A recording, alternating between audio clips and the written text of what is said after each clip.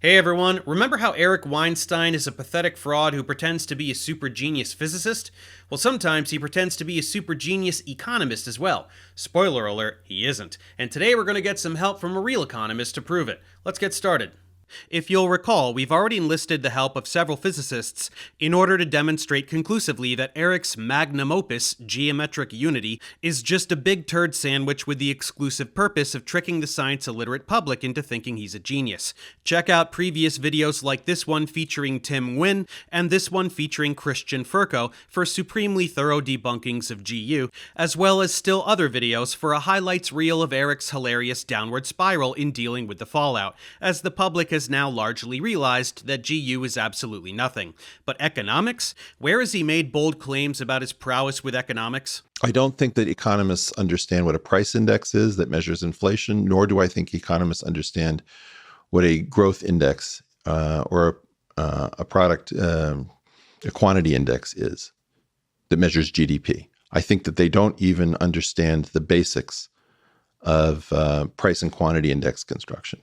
And therefore, they can't possibly review field theoretic economics. They can't review gauge theoretic economics. They're intellectually not in a position to manage their own field. Yeah, you heard him just fine. Economists, literally all economists, are exclusively idiots who don't understand basic economics. Eric, the not an economist with zero training in economics, understands the field much better than literally every economist in the world. And you can tell because he just said some high school level economics terms and he sounded super confident while doing so. Do you think Eric can explain to us lowly peasants what economists are missing, perhaps using obtuse analogies designed to trick us into thinking he knows what he's talking about? Let me explain what they don't understand to begin with. Sure. Imagine that all prices and all quantities of output are the same at the end of a year as they are at the beginning. And you ask, what happened during that year? Was there inflation? They meandered over the course of the year, but miraculously, they all came back to exactly their values. The amount produced at the end of the year is the same as at the beginning in every single quantity. Typically, the claim would be that the price index should be 1.0 and that the quantity index should be 1.0. That's clearly wrong. Why? Well, it's much easier to see with, it speaks to a fundamental confusion that economists have. They don't understand that the economy is curved and not flat. Yeah, bro, the economy is curved and not flat. This is just like when Terrence Howard told us that there are no straight lines. Pretty deep shit, huh? Anyway, we could listen to Eric flap his lip for quite some time, but instead, let's get to the meat of it. As you likely recall, Eric spends most of his time whining about how nobody in academia will acknowledge his revolutionary work. But he also sometimes brags about how he gives super awesome talks for academics all over the world all the time, because his work is so smart and awesome, and since those two narratives totally go together. One of those was the Perimeter Institute talk that we discussed in the video with Christian Furco, where we learned that he's a buffoon who was forbidden from telling anyone that he had been there. But Christian also said this. So he also visited my alma mater for my PhD, the University of Chicago, in 2021, I believe, shortly after I graduated. And I also don't really know what the story is with that visit. Ooh, I know the story. Want to hear that story? Okay, let's go. On November 10th, 2021, Eric held a seminar at the economics department at the University of Chicago, one of the best economic departments in the world, with a high concentration of Nobel laureates. Apparently, the news of the seminar traveled a bit, since Eric talked down to a rather intelligent and reputable crowd there. He presented something he wrote with his wife, Pia Milani, and which follows up on the second chapter of Pia Milani's 1996 PhD thesis, which they co-wrote. Yes, Eric helped his wife write her doctoral thesis. It's hard to wrap your head around whether that's a worse look for her or for him, but do with that information what you will. Anyway, in this talk, Eric explained how, and I quote, all of economics is based on the wrong version of differential calculus. The reactions were not very positive. One person in attendance described it as follows. The main focus of his talk was a criticism of how the Consumer Price Index, CPI, is calculated. He suggested that if only economists would abandon their bad differential calculus, and if they were to adopt his good differential calculus, they would replace the current CPI with his version of it, and that would make the world a much better place. Given that his audience were actual experts, they had plenty of questions. In response, Eric was evasive, condescending, and when asked repeatedly to actually illustrate his alternative for the CPI with a simple example, he just kept backpedaling and making excuses, saying things like, "I'm not trying to be a dick." Unfortunately, no footage exists of this lustrous sermon on the Mount, but somebody was live tweeting it, so we can still get a sense of what happened. Some unwarranted condescension from Eric, some very warranted skepticism from the audience, smart people correcting a dumb thing Eric said, the aforementioned dick comment, the smart people not taking Eric's condescending bullshit, weird race stuff, another huge dollop of unwarranted condescension, the smart people asking him to get to the fucking point, where's the goddamn formula, and some patented Weinstein word salad. In just a bit, we will discuss Eric's garbage claims with Matthijs van Veelen, a professor of economics at the University of Amsterdam. But let's run through the basics first, so that everyone will be primed for the discussion with Matthijs. Now, unlike geometric unity, which anyone can download and laugh at, his economics paper, An Extension of Intertemporal Ordinal Welfare to Changing Tastes, Economics as Gauge Theory, is difficult to track down. University of Chicago pages that used to display it now just show errors, like this one and also this one. Luckily, the Wayback Machine has come to the rescue, as it often does. As you can see, it's only 11 pages, and most of those 11 pages are fluff. After a very brief abstract, for some reason there's a table of contents, since 11-page pamphlets typically need one of those, followed by 2 long quotes, a few pages of math that never gets applied to anything, and 2 pages of references. Take away the narrow margins, and it's about 2 pages of meat, if you're inclined to call it that. Pia's doctoral thesis is also difficult to find, but not impossible, so here is that as well. Since this one is quite long and their newer paper is the focus here, to save time we can simply point out that the thesis is essentially irrelevant, having only 2 citations, and therefore in no way the revolutionary document Eric regularly pretends. Now, between the talk and the paper, here's the thing about Eric and Pia's garbage assertions. Apart from their solution being totally ill-defined and difficult to pin down, there is an important reason why they absolutely can't be correct in their claim. In fact, Matthijs formulated and proved an impossibility result, which shows that the solution they suggest their approach provides simply does not exist. This result is not fringe. It is published in Econometrica, an important econometrics journal. One of the other papers on the topic that he wrote together with Roy Vanderweide was in the American Economic Review. These journals are the nature and science of economics, just to convey to you how not at all fringe these results are. And there are other papers that relate to this result and corroborate it. Once again, to be perfectly clear, these economists have published results that serve as mathematical proof that the solution Eric claims to have found does not exist. All attempts by scholars to politely convey this information to Eric have been met with total silence. Shocking, I know. Since Eric cares more about status than truth, that leaves it to people like me to inform the public about what's going on and how anyone can arrive at the conclusion that Eric's claims regarding economics are just as flimsy as his claims regarding physics. And we will get to that right after introducing today's sponsor. As you know, I expose all kinds of frauds and charlatans, and some of them are batshit insane. So much so that in response to me exposing them, they do crap like this. Yeah, weird doxing stuff where they insinuate that I'm gonna die and they'll steal my wife. And why would I be dead, you ask? Professor Dave, I'm gonna make that guy hang himself. And how, pray tell, does a troll like this enact his revenge on people who expose him? I'm gonna destroy their lives. I'm gonna dox them publicly. I'm gonna give their address away on live stream in front of thousands of people and have their lives be ruined. And while this guy is the most unhinged of all my haters, he's far from the only one. Do you think I want jerks like this to be able to figure out where I live or get my phone number or anything like that? Absolutely not. That's why I use Incogni. Incogni scours the internet for data brokers who collect and trade your personal information without you knowing. Finding them all and demanding your privacy would take forever, if they even comply, so why not let the professionals do it for you? Go to incogni.com/Professor Dave and use code Professor Dave to get an exclusive offer of 60% off. Since I've worked with Incogni a few times, most of you know how this works. They keep all your personal information off the internet, and you can keep track of this activity in your own personalized dashboard, but it goes much deeper than random weirdos. Massive data breaches occur all the time, which put you directly at risk. In late August, a breach at credit bureau TransUnion exposed the data of 4.4 million people. Leaked social security numbers can then be used to commit identity theft and financial fraud, and this is more common than it should be. And there's always the looming threat of an Orwellian surveillance state on the horizon. Tech laws disguised around youth safety may actually threaten personal privacy, as the state continues to gather as much information as possible on every single citizen. So don't wait another minute. Go to incogni.com/Professor Dave and use code Professor Dave to get a whopping 60% off. That's incogni.com/Professor Dave, or click the link in the description to take your personal data off the market. Now back to the debunking. Now getting back to Eric, it's important to refresh our memories about some of the wild claims he's made about this revolutionary work he and his wife have bestowed upon the world, as it's good for context while we show how vacuous it really is. Pia Milani's thesis revolutionized all of economic theory, and it hasn't been understood.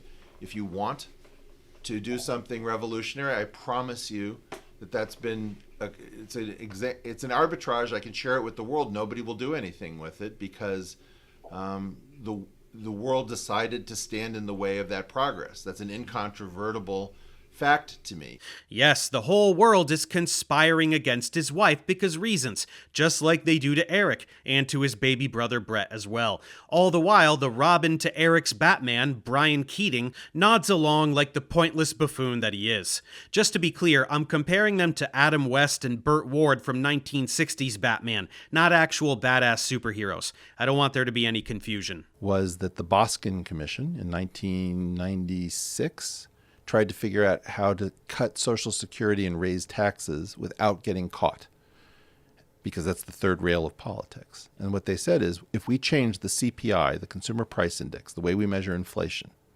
because tax brackets are indexed and because entitlement payments for Social Security and Medicare are indexed, if we claim that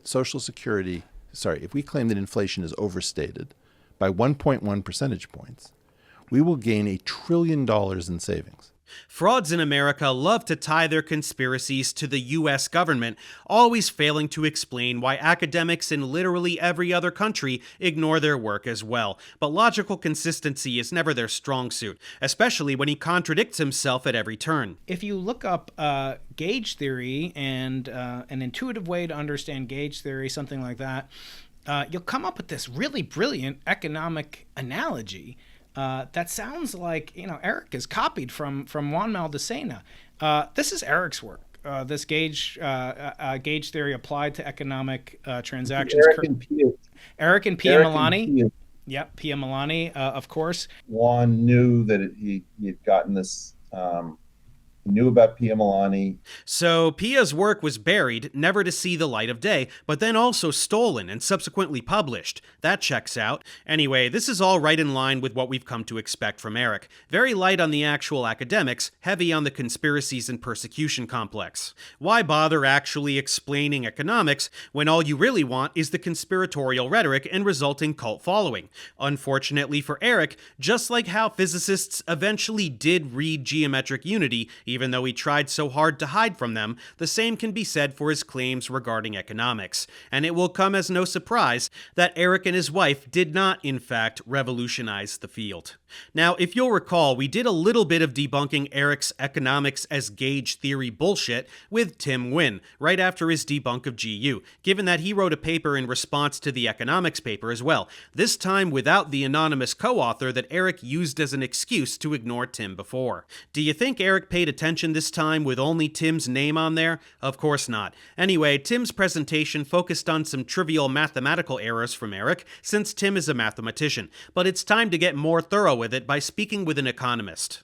As we mentioned, Eric's rhetoric about inflation is disproven by something called an impossibility result, as formulated in 2002 by Matthijs van Veelen. The result he proved is called the apples and oranges theorem. In order to explain this result and why it implies that Eric's claim can't be true, we have to explain what this whole index number problem is that Pia and Eric claim to have cracked.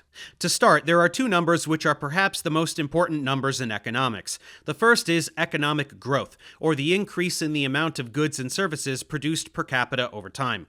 This is measured by a country's real GDP, or gross domestic product. This has to account for the second important number, inflation. This is the sustained increase in the prices of goods and services, leading to a general decrease in the purchasing power of money over time. But the prices of things don't increase uniformly, so it's not trivial to calculate. This increase is measured by something called a price index, typically a consumer price index or CPI. In order to address these concepts, economists use something called a utility function. This is a formula that describes how much someone likes certain goods or services.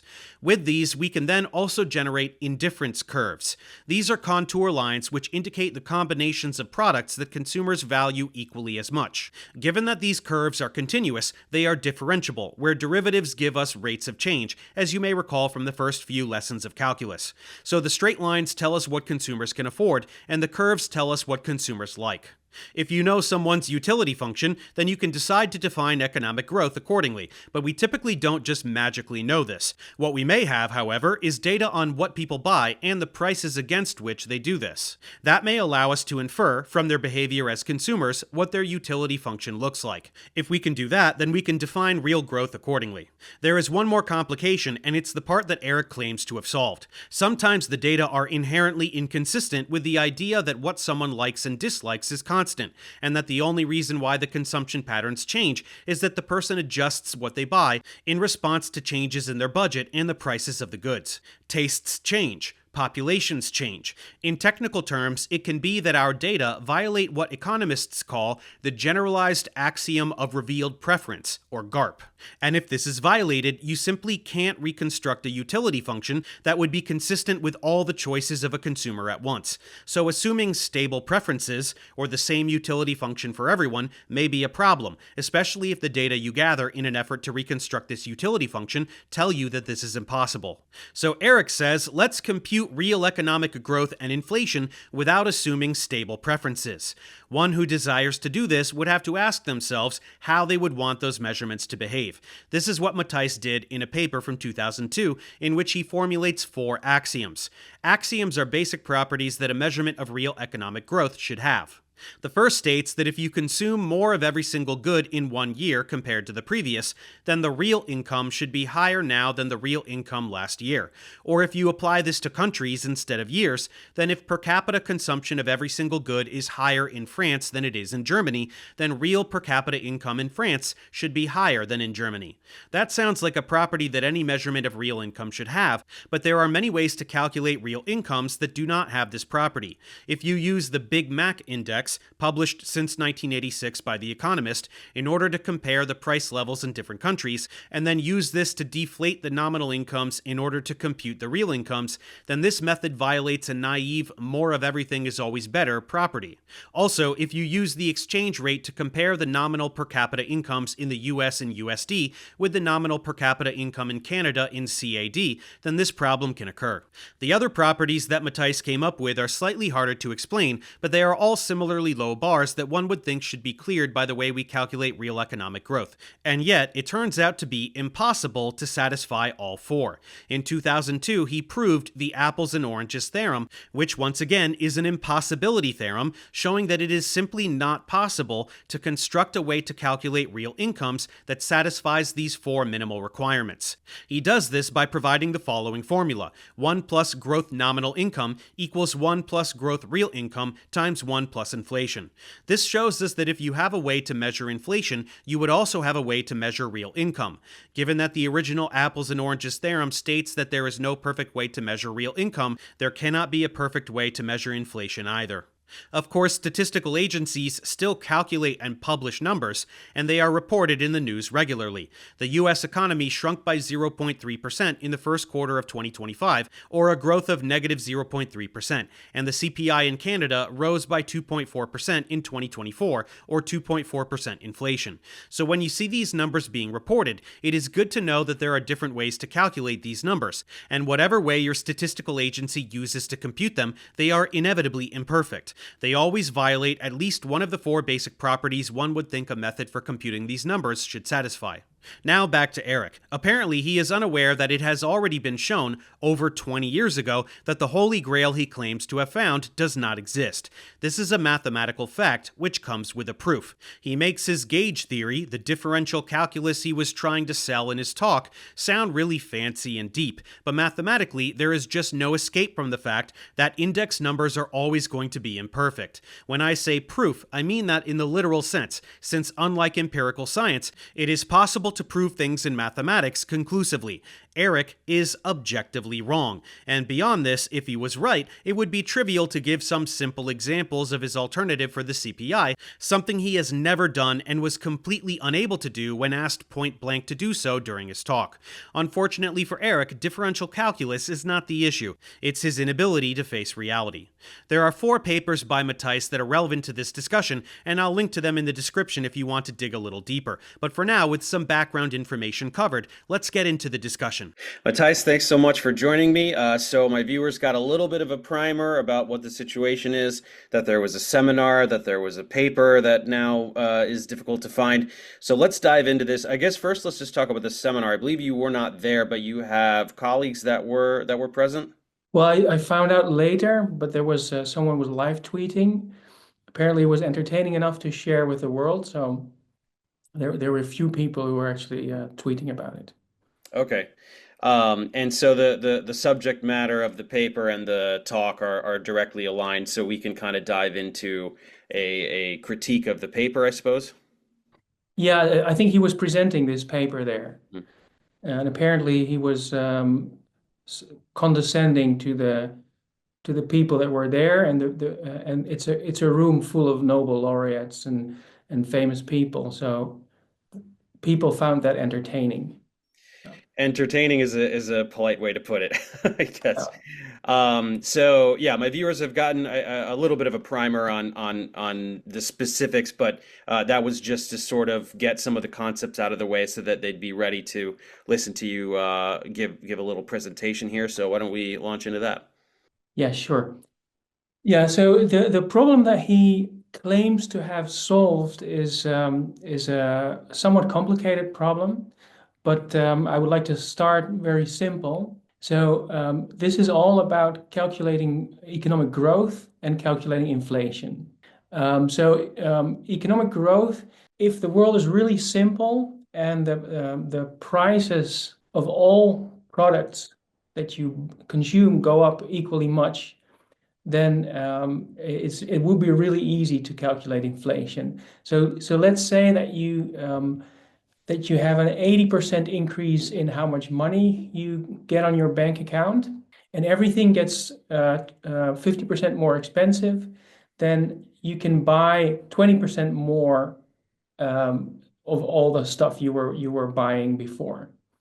So in a simple world, it would be easy to calculate real income growth. So this is what economists call a budget set. So let's say you have 100 euros or $100 for your audience, and both movie tickets and pizzas cost $10 a piece. Then this set here describes what you could buy. So you could put all your money on movie tickets. You could go to the movies 10 times. You could only buy pizzas, then you could buy 10 pizzas, but you could also go for 5 times to the movies and 5 pizzas. So let's say in 2020 that's what you did. And let's say in 2025, things have changed. You've got more money, but pizzas became twice as expensive. So then this would be what economists call your budget set. Now that doesn't have to be a problem if how much you consume grows proportionally. So if you both have a 20% growth in how many movie tickets you buy and how many pizzas you buy, then it's still straightforward to think that real economic growth is 20%. You just ended up buying 20% more of everything that you were buying before. Now, when prices change, so in this case, pizzas have become more expensive and movie tickets have stayed as expensive as they were. So relatively speaking, movie tickets became cheaper. So it makes total sense that you wouldn't change your consumption proportionally, but maybe you want to go to the movies more often and buy fewer pizzas. So in this case, it becomes harder to decide how much the economy has grown or how much our consumption bundle has increased. So one way to solve that, or to think if there is a solution for that, would be, so suppose that we know for some magic reason what people like. And for this, economists use what is called a utility function. And you could imagine a utility function that works like this. So suppose you have a number for how many pizzas you consume, a number for how many movies you consume, and then you multiply them and you take the square root of that. And if this gives you a high number, then you're really happy. It gives you a low number, then you're not happy. So this is just an example of a utility function that could perhaps describe what you like. So if you have 5 pizzas and you go to the movies 5 times, then the square root of 5 times 5 is 5. So this makes you 5 happy. If you buy 6 pizzas and you go to the movie 6 times, it makes you 6 happy. You could eat 4.5 pizza and go to the movie 9 times, then this makes you 6.4 happy. And so now I drew in red contour lines for these utility functions. So anywhere on this line would make you 5 happy, and anywhere on this line would make you 6.4 happy. So if this utility function describes how consumption makes you happy, then this consumption bundle makes you happier than this consumption bundle did. And you could even say, well, this is where the technicalities become, maybe I shouldn't bore you with that, but economists make a distinction between ordinal and cardinal. The most important thing about these utility functions is that they tell you which bundles make you happier than other bundles. So these are ordinal comparisons. So if it's 5 and 6.4, the numbers don't really matter. The thing that really matters is this is higher than this. So this bundle makes you happier than this bundle. So if it's possible to reconstruct a utility function that is consistent with a consumer behavior, then you could base your measurement for real income growth on that utility function. So up to now, I've discussed a few complications, but all of those complications are solvable. Now, the last complication really gets us into trouble because it regularly happens that the data that you gather, so data here would mean I figure out what those prices are and I figure out what people buy in 2020 and in 2025.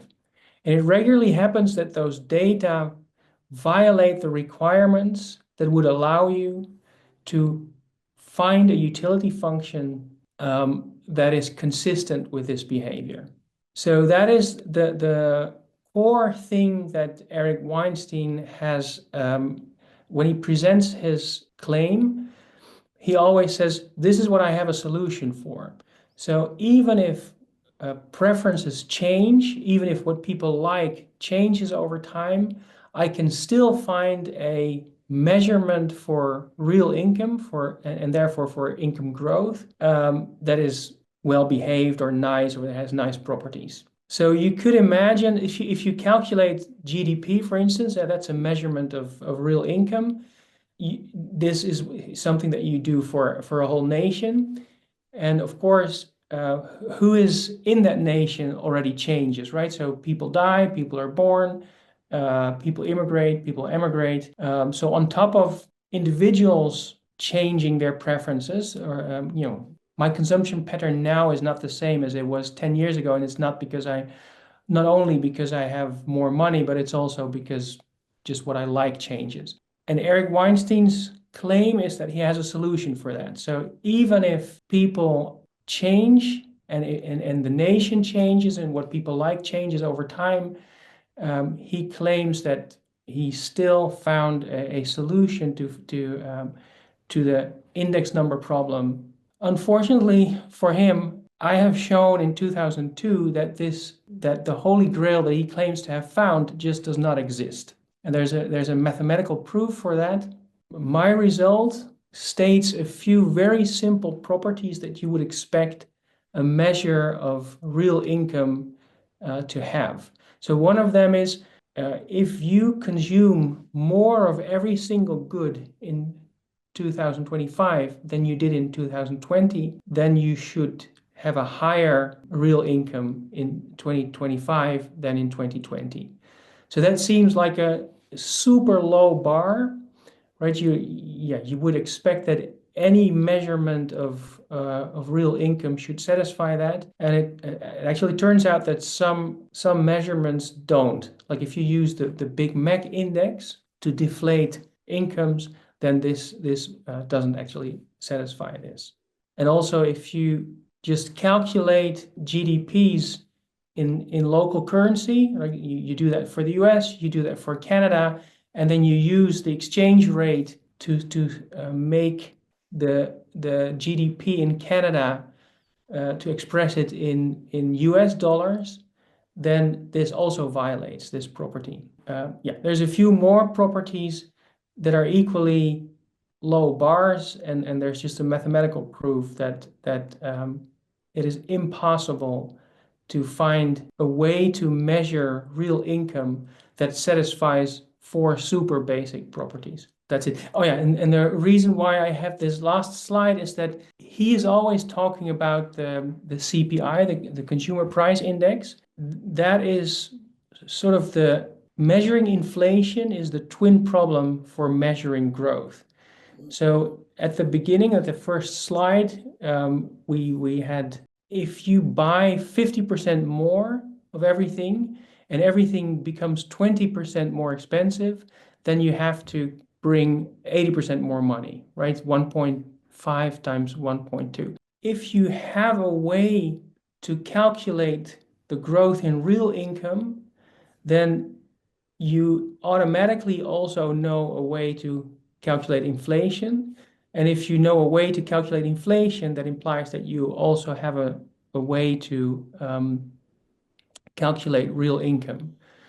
So far, my apples and oranges theorem, that's the theorem about that's the impossibility theorem about this, formulates everything in terms of the growth of the real income. And Eric Weinstein is always talking about the consumer price index, or in other words, about inflation. But those are twin problems. If you've solved one, you've solved the other. Mm-hmm. And the fact that there's no way to measure the growth of the real income that satisfies basic properties means that there's also no way to do that for inflation.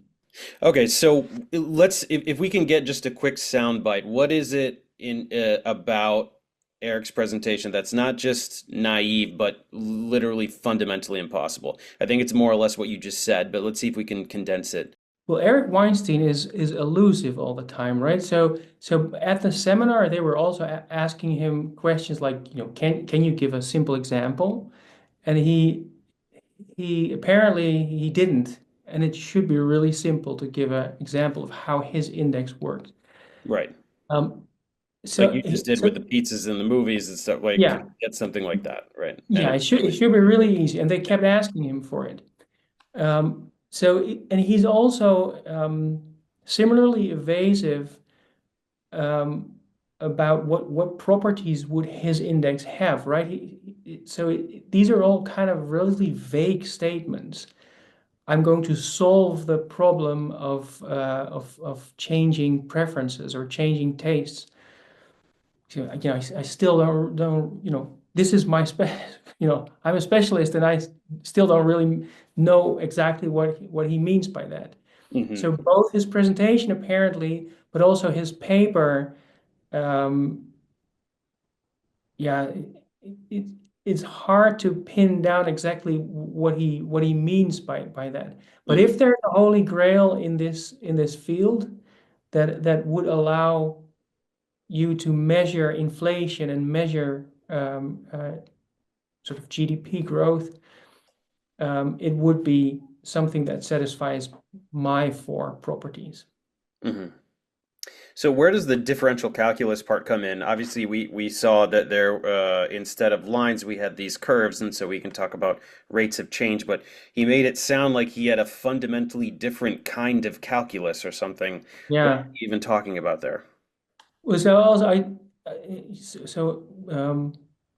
the thesis of his wife starts with a description of this calculus. And I don't get it. But I don't think this calculus is the point. You with or without this calculus, none of that has a bearing on the index number problem. If he found like an amazing index, you could just, all indices are formulas. You put in data and out comes a number. And it's just needlessly suggestive and vague. Also, the examples in the thesis of his wife, it's so unhelpful. Yeah. A vague index. I don't think calculus is the issue here. No, a vague index, kind of like his vague Sheob operator in geometric unity. I think we are identifying a pattern here. Stay as vague as humanly possible, because the more specific he gets, the more readily people can jump on him with very pointed criticism. That's pretty much it. Yeah. So what was the aftermath there? I mean, it seems like he's not trying to, he doesn't talk about it too much except occasionally in podcasts. Well, that's really all he does in the first place. But he's not really championing this work in economics. Is that because of any specific pushback he's had, or the reaction from the economics community? Does the story go any further, or is it pretty much just like, what was that? Okay, later. What was that? People were entertained at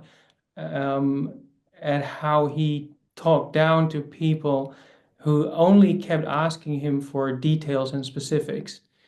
So when I saw this tweet, this Twitter thread, I sent him an email saying, you might be, since you are so interested in index numbers, you might be happy to find, I pointed him to my papers, but there was no response. And actually, the person who edited my paper in 2002 was in the room. It's Nancy Stokey, very famous economist, also a very nice person. So I also sent her an email saying, do you remember this? But he convinced no one, and so yeah. Funny how he seems to be unaware of work from 20 years prior that undermines the entire thesis of what he's trying to say. Yeah. So my paper is after the thesis of his wife, so he couldn't have known. But well, let's put it mildly, he's not keeping up with the literature. Yeah, in economics nor in physics, probably. Well, that's a fun addendum. I just thought this would be a nice opportunity to to extend the evisceration of Eric in the realm of physics over to economics, since he does pretend to have prowess there as well. So thank you for that. Any other last comments about Eric in general, or any of this, any aspect of this debacle? No. Yeah. No, well, he presents, he's not shy in presenting his stuff as super big and very important. So when he announced his, so let me see if I can find that. So when he announced, he describes it, it's affecting us all, and I'm going to fight this battle for us. Wish me luck. It's an academic issue, but one that affects every family. I don't know. Yeah. Right. This is the Of course, conspiracy. calculating consumer, inflation indices is important, because if your pension is tied to the index, if a higher number comes out, you get more money, and that's also important for the budget, because then the government or your pension fund needs to pay more. So sure, it's important to get these numbers right, but he doesn't help anyone in moving the numbers towards more accuracy or anything. Yeah. No, Just blabber. he needs this rhetoric about the Boskin Commission and all this stuff to sell the conspiracy, and then himself as like a heroic whistleblower. So it's all part of the shtick for him. Yeah, so I don't really get that. So it's I'm not sure if he's mostly concerned about the inflation being calculated to be higher than it really is, and therefore bad for the government budget, or if he's out helping the consumers or the citizens who get too little money from even though prices are going up more than they get compensated for. Do you know what side he's on there, or what's his main concern? He's on Eric's side. His main concern is presenting himself as a genius. Oh, yeah. He is concerned Okay. with literally nothing other than that. But he's not championing consumers or the government budget. He's championing Eric, right? I'm a genius. I figured out this thing that all economists are idiots, all physicists are idiots. I'm neither, but I know more than than all of them on both topics. I don't know. The thing is that it's sort of expired. 5 years ago, I think he still had a lot of people on the hook, but that's kind of that time has passed. So I'm just sort of doing my due diligence here and just covering each chapter of the saga, just to kind of have a place for everyone to go to look at all of his claims and all of his outlandish claims, and hear from, I had some physicists talk about GU. Now we have you here talking about economics, just to really make it perfectly clear how everything he says is unbelievably idiotic. That's my goal here.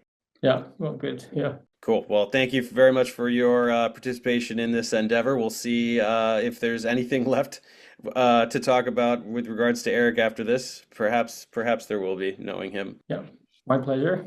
So that wraps up the demolition of Eric's fake economics theory. As you can see, there's not much else to say about it. But while we're here, is there anything else we can crap on him for? Of course there is. In that video with Christian Furco, we were both perplexed by Eric's ability to get a postdoc position without having published anything. Evidently, he was able to get a postdoctoral position afterwards, maybe 2, I forget, which is also surprising because he had no publications. And yeah, I can't really shed much light on it besides to say that from the perspective of someone in academia working in a related field, it's kind of bizarre.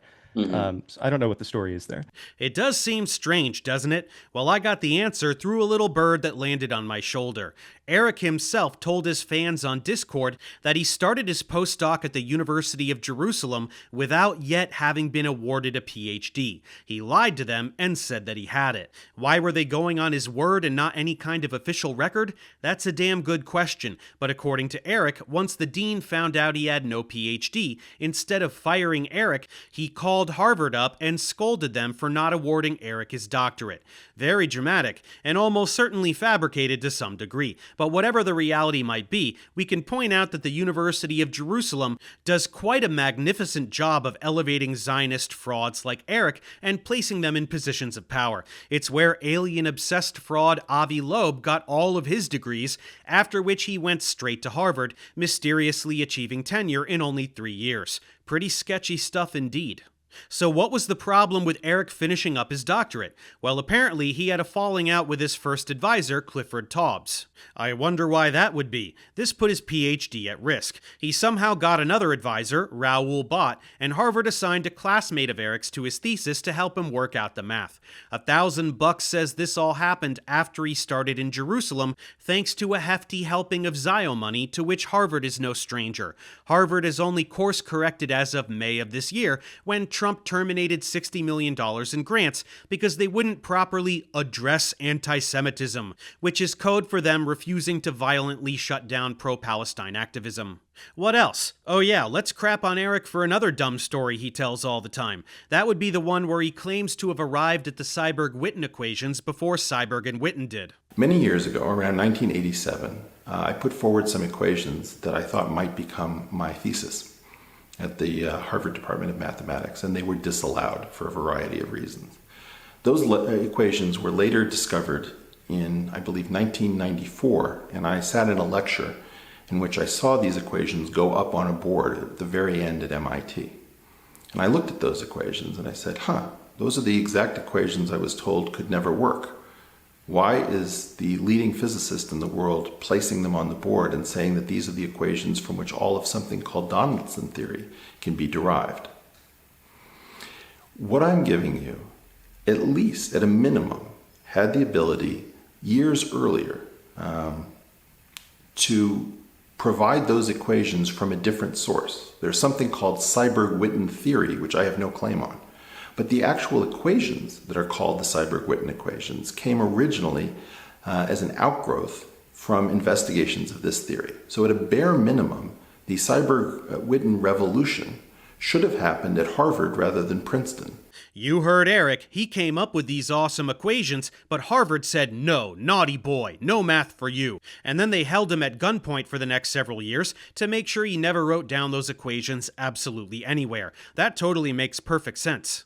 You have to be really stupid to fall for a story like this, but to get into why it's especially pointless, on top of being obviously fabricated, it's folklore in math circles that Simon Donaldson had the Seiberg-Witten equations on his desk long before they were made famous. But the point is that Seiberg and Witten's names are on them because they were actually able to do something with them.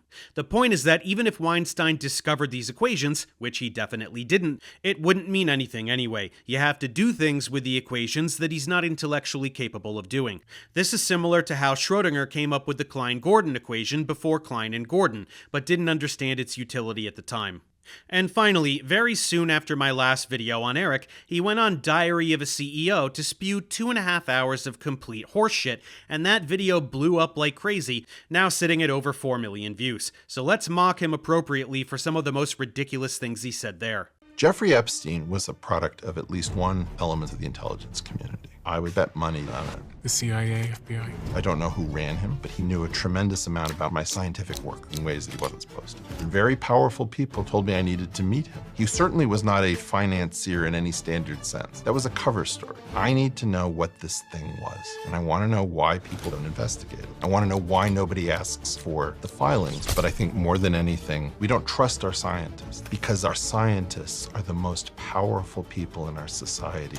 Fucking hell, this is gonna be painful. Scientists are the most powerful people in our society? Really? So do you think they cut their own federal funding in half on purpose because they don't like money? Or did that come from the government that is currently wielding Orwellian power over everybody, including all the scientists who barely make enough to get by? The same scientists that we don't trust because asshats like you and Sabina specifically tell them not to? And of course, we're getting more about fucking Epstein. Yes, he was a product of the intelligence community, specifically and almost certainly the Mossad, Israeli intelligence, having the function of acquiring leverage over American politicians and other powerful figures. But of course, Eric won't specify and blow up his Zio spot, right? Oh yeah, and Epstein knew so much about Eric's scientific work. Which work would that be, Eric? It's a confusing claim since you don't have any scientific work. You've never done any science ever. These images are all from your pathetic chalkboard presentation of GU that is now universally known to be absolutely nothing, and you've never published any science in your entire life, so let's drop the act. Nobody powerful gives a shit about you except Peter Thiel, and Epstein had no clue who you are. Eric Weinstein is a renowned mathematician and one of the most fearless and provocative thinkers of our time. He dissects the failures of science, exposes elite networks, and proposes bold new theories that could save humanity. So top of mind for me at the moment is the apocalypse and tropical fruit. I'm not kidding. Oh, Eric, you're just as cheeky as you are brilliant. That is to say, none whatsoever of either. I don't know who wrote this script, but it goes without saying that this is Eric's last desperate attempt to reclaim the facade he's lost over the past few years by telling viewers exactly how he wishes they would still see him.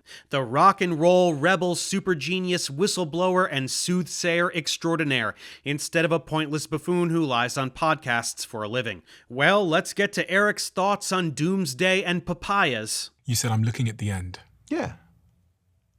Remember all the talk about the singularity? Like Ray Kurzweil, we're heading to the singularity. What is the singularity going to be like?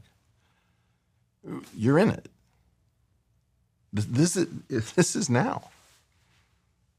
Amusingly, the text this guy chose to overlay in this moment proves Eric wrong.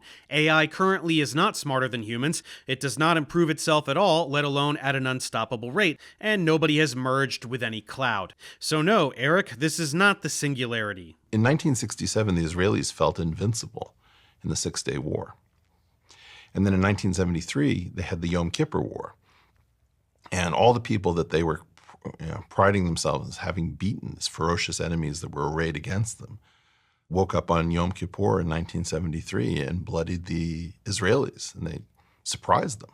So the Israelis underestimated their enemy, and that changed the entire character of the country. It went from being a triumphal state that felt that David could defeat Goliath to realizing that Goliath was quite powerful. Israel is Goliath, Eric. Israel is a Western-backed nuclear global superpower that has been terrorizing the Middle East for 75 years. Pretending the indigenous groups that have been desperately resisting Israeli aggression throughout that time are supposed to be Goliath makes you sound like an idiot. But nobody knows what to do with it. And this is part of what Elon is all about, which is that I am convinced that everybody else needs to be talking about this much more, and I need to be talking about this much less. I talk about this all the time. People are always, I want to survive more than anything else. There's so many things that I love about this place, and I don't like the idea that we're all trapped here with one atmosphere, with 9 individuals, if you like, who could all wake up on the wrong side of the bed and say, today's the day. Hey, Eric, if you wanted to talk less about something, you could just stop going on every podcast in the world and shut the fuck up for a little while. But no, it's time for Eric's patented Elon Musk ball licking, and we gotta get to other planets, but we can't because physics is stuck bullshit. Everything that you care about is on one sphere with one atmosphere. And I think Elon is 100% right. We gotta get to another sphere. I can't believe that he's focused on Mars. I mean, sure, focus on the moon, focus on Mars, focus on chemical rockets. But throw a couple billion towards physics, for God's sakes, and let us get serious about exploring the cosmos. Yeah, people are already doing that, champ. Physicists think about physics all the time. You don't have the intellectual capacity to understand what they do, and elevating yourself above the entire physics community when you aren't one just makes you look like an asshole. One of the funniest things that gets said about me on social media is he goes on forever and he never says anything. And then, I look at the word clouds of things that I've talked about, and people are just Googling everything incessantly. If you didn't know who Pablo Casals was, now you do. Now you know what a real cellist sounds like. Well, that's pretty accurate. We just skipped about a half hour of you doing exactly that because it was so unsubstantive that I didn't feel like commenting on any of it. You just jumped from one obscure reference to another at breakneck speed, hoping that people thinking you would do well on Jeopardy must mean that you're super smart. Looking up a word cloud of all the random references you make doesn't instill your ramblings with any substance, kiddo. Sorry. My people just got hit. And you know, you want to talk about the river and the sea. That river is not the Jordan River, and that sea is not the Mediterranean. The Arab world stretches from the Atlantic with Morocco right up to the, Shah al Arabia waterway that divides Iraq from Iran. And here comes the Zionist propaganda. No, Eric, the river and the sea are indeed the Jordan River and the Mediterranean, because that's the piece of land that was stolen from Palestinians by Zionists and has been progressively ethnically cleansed over the past 75 years. This whole look at all the Arab states shtick isn't fooling anyone. It bothers you. I can see it personally bothers you. Do you have any idea how much hate there is right now for Israel? Yeah, something about murdering tens of thousands of children and starving to death a million more tends to get people a little miffed. Right now I'm thinking about the Jews, and I'm thinking about the fact that the social media businesses have lost complete control of the bot farms. And we're just seeing this I feel like I'm living through the 1930s again. We've seen this movie before. It doesn't end well. Totally, it's just like the 1930s again. Those poor Jews, always the victims. Why are so many bots online complaining about Israel's genocide? Don't they know that Israel is allowed to blow up as many children as they want, and steal any land they want, and dehumanize any population they want? A belligerent Jewish ethno-state bombing everyone around itself and gaslighting the entire world is totally just like the Holocaust. They're practically identical events in every single way. Fucking asshole. This is hybrid war. The most important thing for Sinwar is video. Why? Look at the effect of the video. The video of Gaza has turned the world to an extent against Israel that's sort of inconceivable.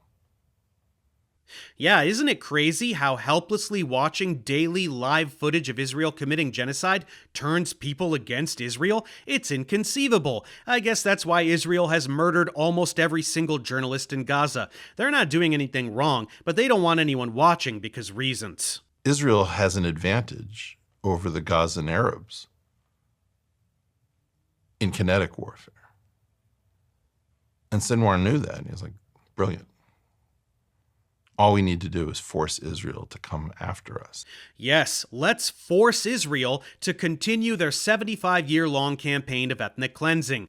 How clever of them to invite genocide on purpose. Israel is now preparing for a ground invasion of Gaza City in order to occupy it, which means Gaza will soon be Israel, which was the entire purpose of this conflict from day one. Ethnic cleansing and land theft. 1948, 1967, 2025. That's all Israel has ever been. Western powers murdering indigenous people and stealing their land. Not really a new concept, but I guess it's a little too advanced for Eric to wrap his head around. Now, in the US, we've got this terrible sort of Christian nationalist problem that we've developed, which is what sometimes people call the woke right, where we have a bunch of people who've been badly treated. White Christian Americans have been badly treated in the woke era. They've been forced to salute everybody else's, yay for, I don't know, Honduran Lesbians Day. And it's like, okay, enough. We don't want to do that anymore. We've also done great things. And I absolutely think that they've been mistreated. Yeah. Poor white Christians in America. Everyone is always against them, especially Honduran lesbians.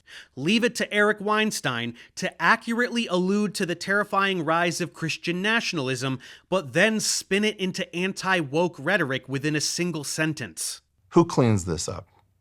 Israel volunteers for this job. And then Saudi Arabia pretends, oh my God, this is terrible.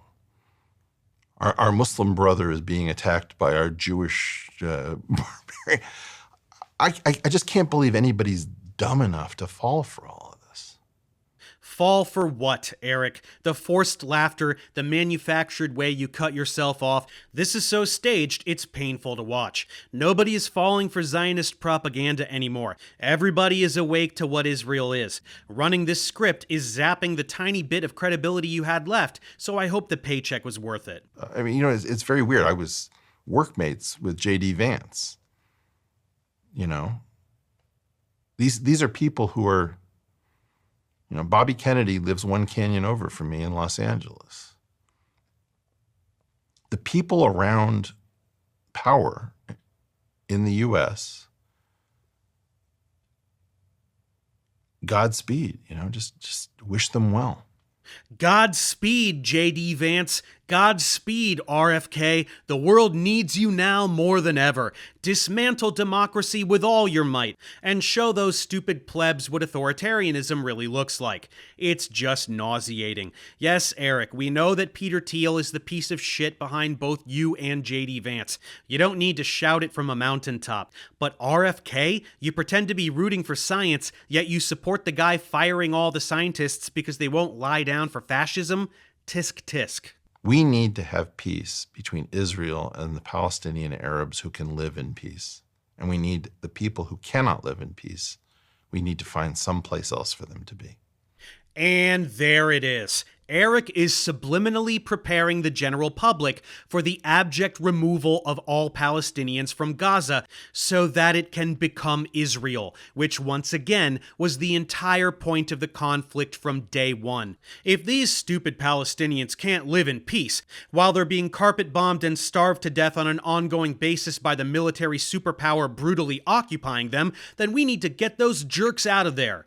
Utterly transparent. Can we pivot to some Terrence Howard type stuff? Okay, so we have 3 mugs. Think of those as vertices of a tetrahedron, and think of this coaster floating here as the 4th vertex. Mm-hmm. For every 2 vertices, so the number of vertices we would agree is 4. Yeah, what does vertice mean? Points. Yeah, 1, 2, 3, 4. Idealize these 3 things, and this as points. Mm-hmm.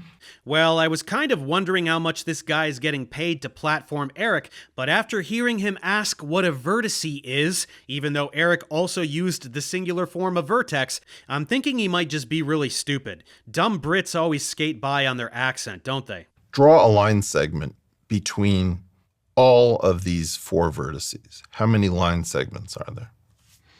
1, 2, 3, 4, 5, 6.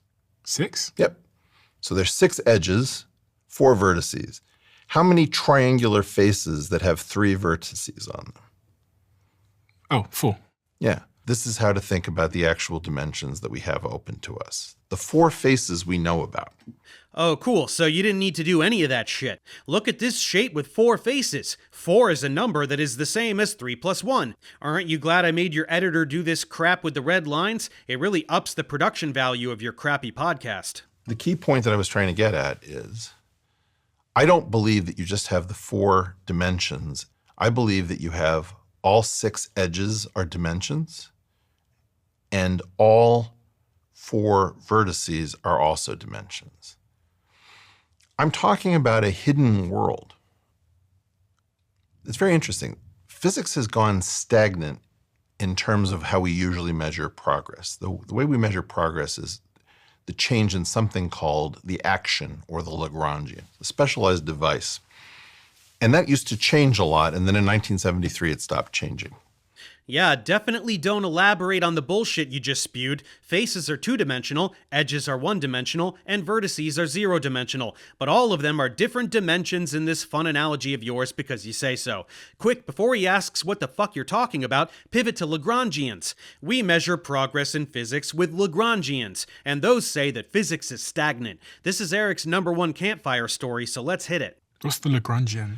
The Lagrangian, so you probably think about physics in terms of equations, like Maxwell's equations or the Einstein equations or whatever. Think about an equation as being not the primary thing that physicists think about. So I give this example. The Beatles had 4 basically different configurations.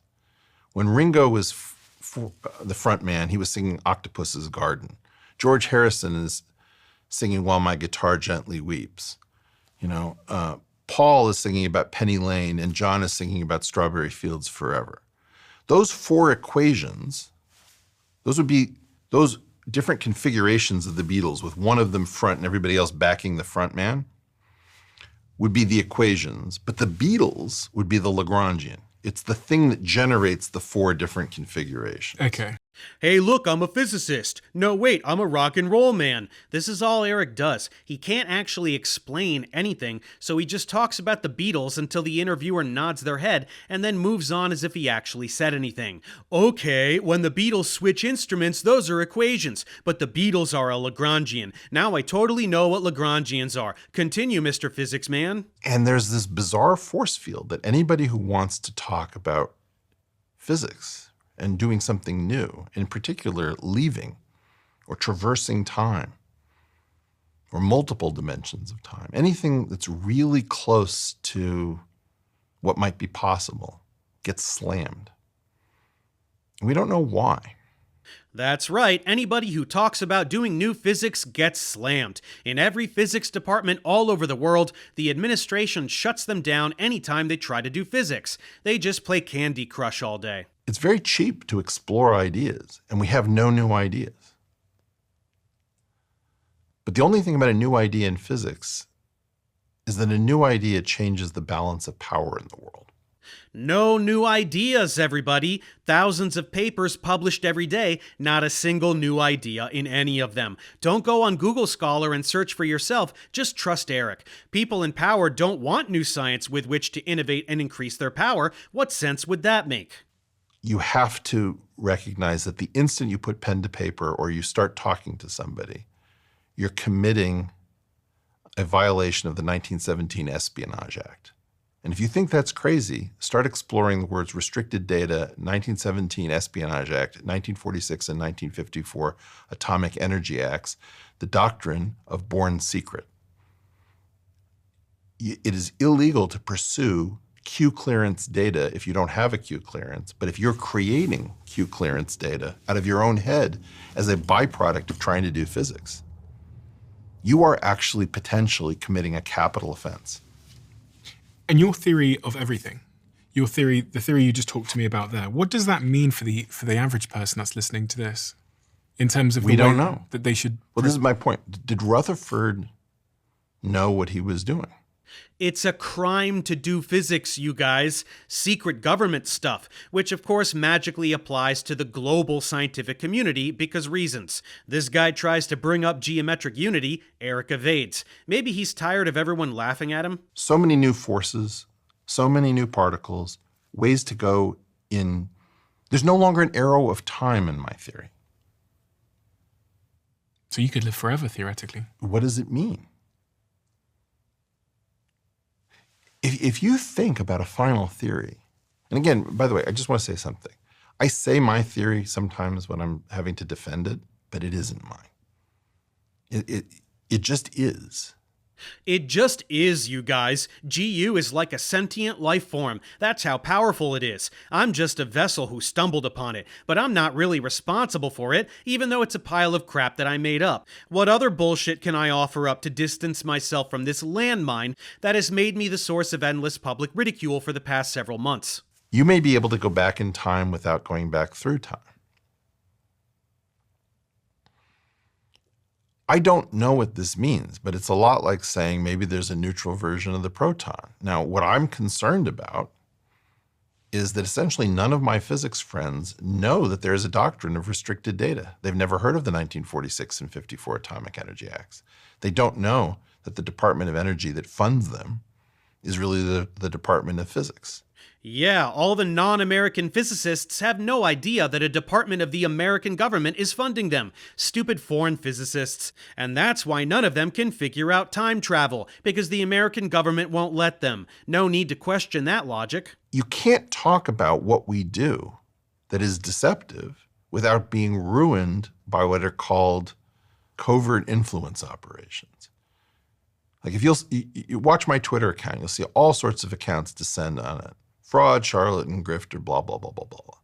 Oh, so that's why so many people call Eric a fraud on social media. It's not because he's a gigantic fucking fraud. No way. It's because he's a super cool whistleblower telling everyone about secret government stuff. Covert influence operations. That checks out. So don't listen to those haters, you guys. The desire of our government to destroy people who have no idea what they've tripped over because our government isn't good enough to keep its own secrets. This is an abomination. You cannot destroy your A-team. Who are you referring to when you say people are being destroyed? Are you referring to people like yourself? You know, if you look at, for example, Jeffrey Epstein. Why does Eric even pause to be asked a question when he always ignores it and just pivots into something else he wants to ramble about? Okay, Eric, give us the Epstein crap now. I desperately want to know why Jeffrey Epstein knew so much about my work. And I want to know why he was connected to my graduate program. I was in the Harvard mathematics department. Jeffrey Epstein was absolutely connected to the Harvard math department. I want to know why.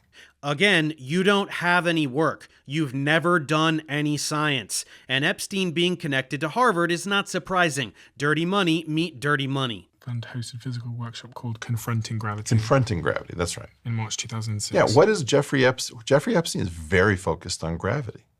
Was it a gravity conference? Yeah. It was about gravity? Yeah. What the fuck was he doing talking about bloody gravity if he's a financier?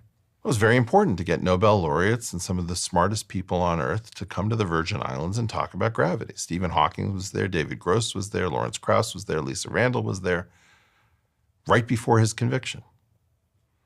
And I'm telling you, he was very focused on the Harvard math department, and he knew all about me in ways that he wasn't supposed to. I have to be clear. I have to be clear on my understanding of what you're saying.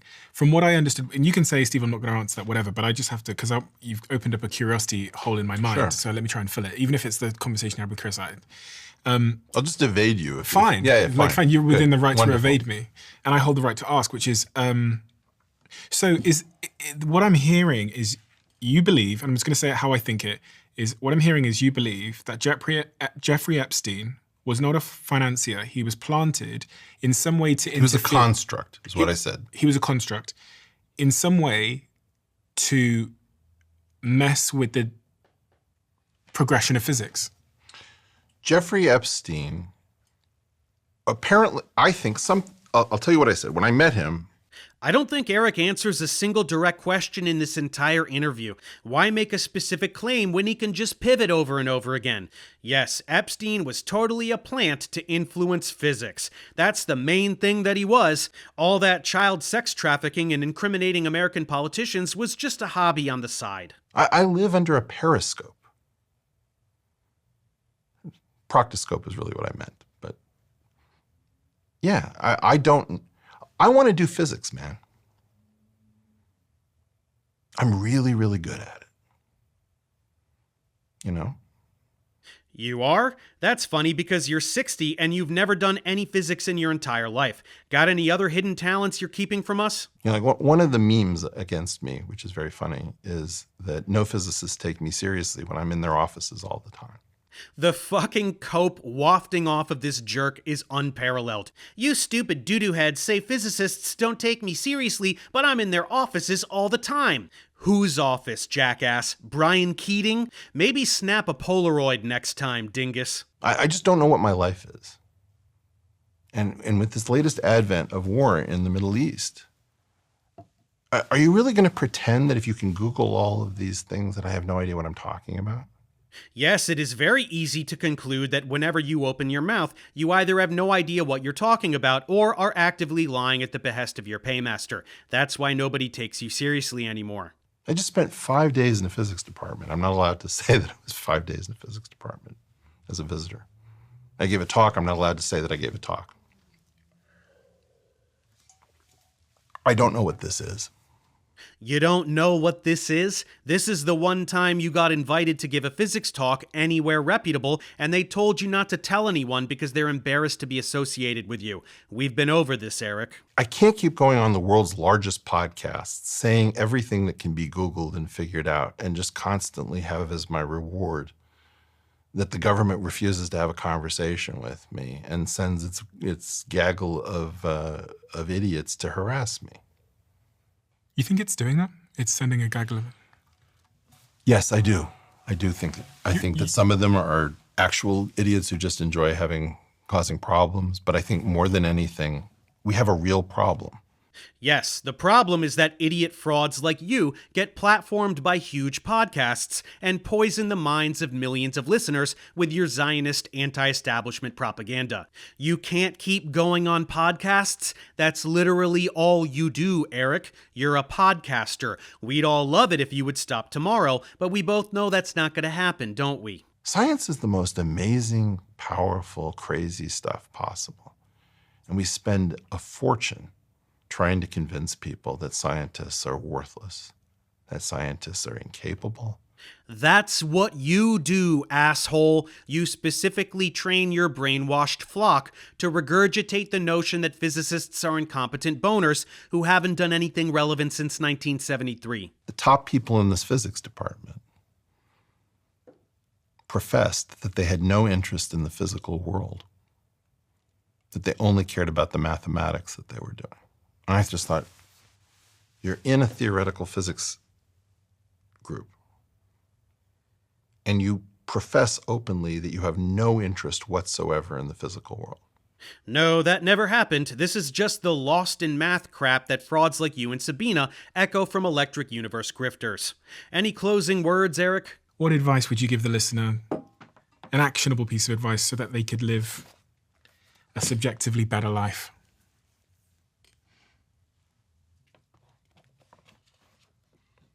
The songs of Tom Lehrer are pretty terrific, as are the operettas of Gilbert and Sullivan. You might want to explore the Azores as well as the Indonesian archipelago. Indonesian is one of the easiest languages to learn because it's been denuded of most of the complexity that screw up people who have a hard time learning other languages. Buy a poster of Tropical Fruit and make sure that you visit every single one on that poster before it's time for lights out. Consider Box B minor Mass and the Cello Suites, particularly by Pablo Casals, and take a serious listen to Eva Cassidy singing Stormy Monday in an album called Live from Blues Alley to see if you really know how to feel things. I think Professor Longhair's Big Chief is one of the most brilliant pieces of piano music. It's absolutely inspiring. If you really like that, James Carroll Booker III has an album called The Resurrection of the Bayou Maharaja. Seriously think about visiting the island of St. Helena in the South Atlantic. You heard it, Middle America. Hit the Azores and learn Indonesian. I know you're struggling with bills, but learning Indonesian will do the trick. Trust me. Jesus Christ, this guy's a fucking robot. He's asked for accessible advice, and he just goes into a flow state, listing as many obscure references as humanly possible, like it's a trivia show lightning round. Honestly, behavior like this is even more telling than the propaganda in terms of showing you what Eric is. He's not a physicist. He's not a mathematician. He's not a deep thinker of any kind. He's a fucking jukebox. You put a quarter in, and a never-ending stream of bullshit comes out. But of course his agenda slips in there sometimes. Take a look at Kurt Jaimungal's channel. He's doing amazing stuff being done by no one else on Earth. Yeah, he's the only asshat who will take your bribe to pretend GU is a real thing. What else could you be referring to? Interviews? He's the only person on Earth interviewing people? Astounding. We have a closing tradition where the last guest leaves a question for the next guest, not knowing who they're leaving it for. And the question that was left for you...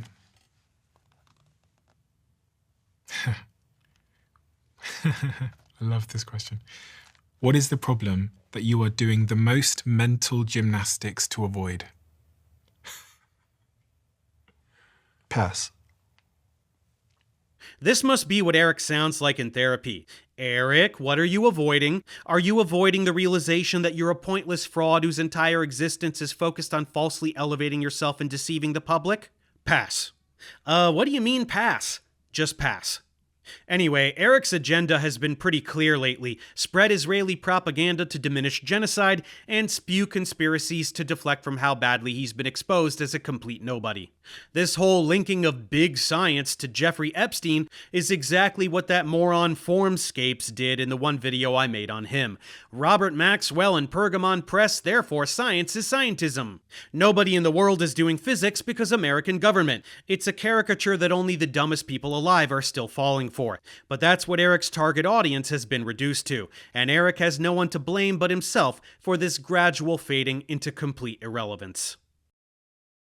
So that's it for today's mockery of douchebag supreme Eric Weinstein. As long as he keeps trying to spew this crap on huge podcasts, I'll be here taking him down a peg or five. And since this is literally all he does in life, you can bet this won't be the last time you hear from me about his bloated bloviations. Until next time.